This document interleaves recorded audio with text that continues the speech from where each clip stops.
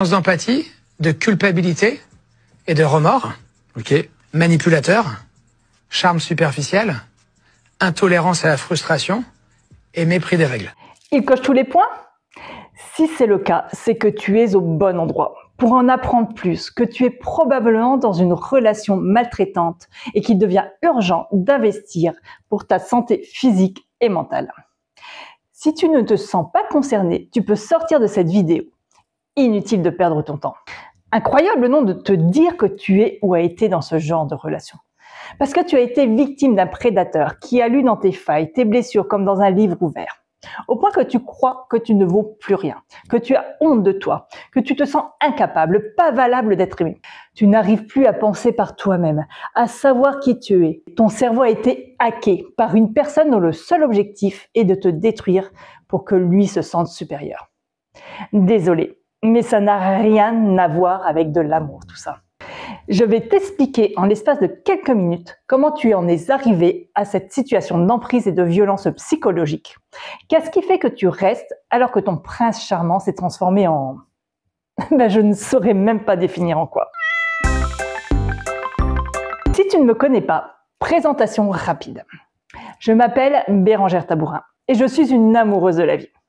Hypnothérapeute, j'accompagne depuis 10 ans des femmes à se libérer de leurs relations toxiques, à s'y tenir, à identifier les mécanismes de la destruction pour se reconstruire et enfin vivre une relation saine. Si tu veux en savoir plus sur moi, je te laisserai aller visiter mes réseaux sociaux, sinon la vidéo durerait trop longtemps.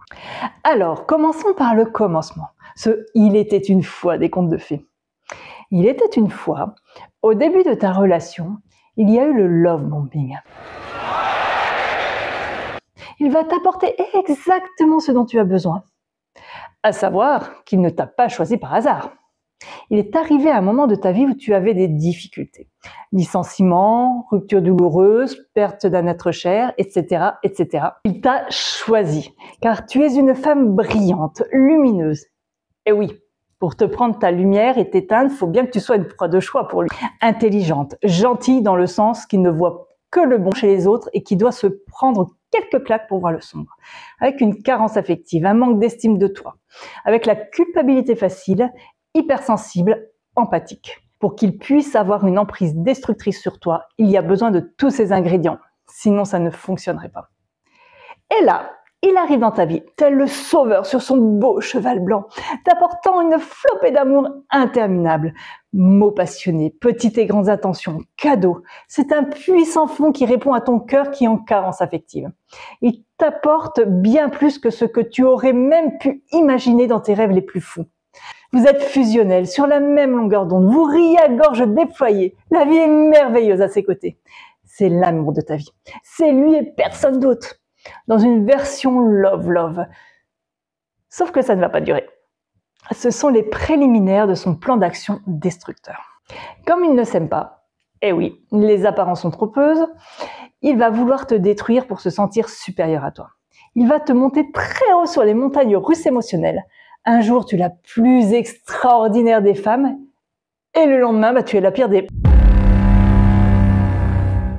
Il va t'attaquer dans tes valeurs, avec tout et son contraire, ce qui va te rendre folle, au point que tu ne vas plus savoir qui tu es. Il va aller chercher une petite chose, il va le sortir de son contexte et le transformer pour le faire rentrer dans une autre réalité, amplifiée pour te faire douter. Tu as la valeur amour forte et à un moment, tu as oublié de lui envoyer un SMS en arrivant au travail. Eh oui, il faut que tu le fasses à chaque fois, sinon il se sent abandonné. Il va te le reprocher en disant « Non mais moi, je n'oublie jamais de le faire. Tu ne m'aimes pas, tu ne penses qu'à toi. » Si tu as la valeur bienveillance forte, si un matin tu envoies un SMS à ton fils quand tu es encore au lit car tu penses à une urgence et que ça le réveille, il va te traiter de malveillante. Alors que lui, en passant, ne se pose pas la question de toutes les fois où il te réveille pour aller aux toilettes et quand il met son réveil à 1 heure avant toi tous les matins. Mais pas de bol pour toi, ce jour-là, précisément, il n'a pas mis son réveil. Il dormait et tu l'as réveillé à 6h30. Et le hic, c'est que tu vas te sentir mal, car tu vas culpabiliser, te remettre en question. Tu vas voir le point précis sur lequel il t'attaque et tu vas dire « Ça y est, il va me quitter !» Alors que si tu regardes le tableau dans son entier, c'est quand même ubuesque comme histoire. Et c'est à chaque seconde à tes côtés. Tu as l'impression de marcher sur des œufs car tu ne sais pas si tu vas prendre une vague d'amour ou de violence. Son but est de te rendre folle, totalement dépendante de lui, accro, comme à une drogue. Et oui, rappelle-toi du love bombing. Tu t'y accroches car tu te dis « Mais non, je ne l'ai pas rêvé, ça a bien existé. C'est ça que je veux retrouver. » Sauf qu'avec le temps, il t'en donnera de moins en moins. Et plus l'émotionnel est fort entre les hauts et les bas, plus tu vas être addict. En voulant ta dose d'amour qu'il sait si bien te donner, tu es en train de demander à la personne qui te détruit de te sauver. Ce n'est pas possible. La personne qui peut le faire, c'est toi. Et la seule solution, c'est de partir pour sortir de cet environnement.